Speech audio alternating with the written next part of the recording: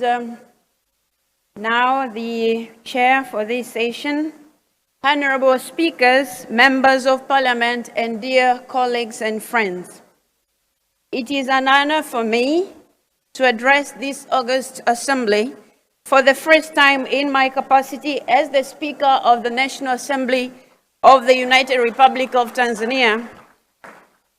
Having assumed this position a few months ago, or 2 months to be more precise, please accept warm wishes from the members of Parliament of Tanzania. We are gathered here today at a time when the planet Earth stands at a perilous point. This August Assembly comes just a few months after the critical meeting of COP26 in Glasgow. The world is reeling from the devastating effects of COVID-19 pandemic. All these come in the backdrop of the climate crisis that has spared no part of the globe. As we reflect on how we can together build back better, let us seize this moment to discuss the critical role of parliaments to support governments in achieving net zero to save the planet. Madam Chair, honorable speakers, members of parliament, dear colleagues and friends. 7 years ago, in the landmark Paris Agreement, countries made commitments to address the vagaries of climate change through various measures: adaptation, mitigation, loss and damage, financing, and developing nationally determined contributions. Since then, some milestones have been achieved. However, the threat to planet Earth remains huge and real.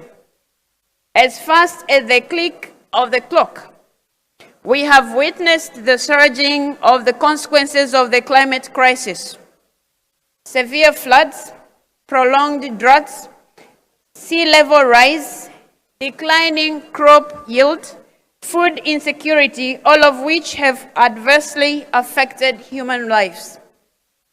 It was against this backdrop that COP26 was held in Glasgow.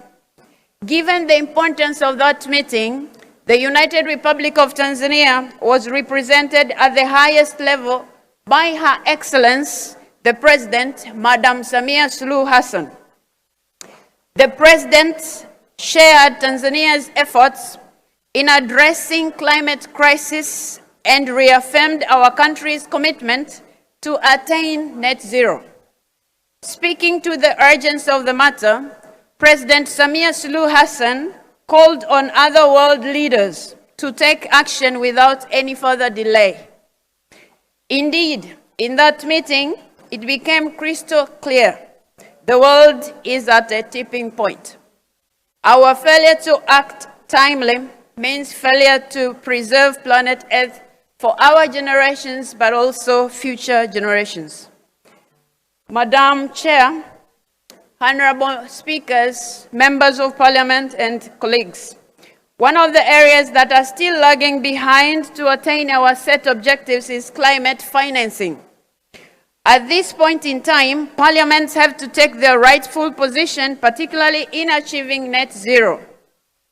Priority has to be given to support enactment of budgets that aim at curbing greenhouse gas emissions. In my own native country of Tanzania, the Parliament has undertaken an historic position in approving the construction of a huge hydropower dam to meet the country's energy needs sustainably.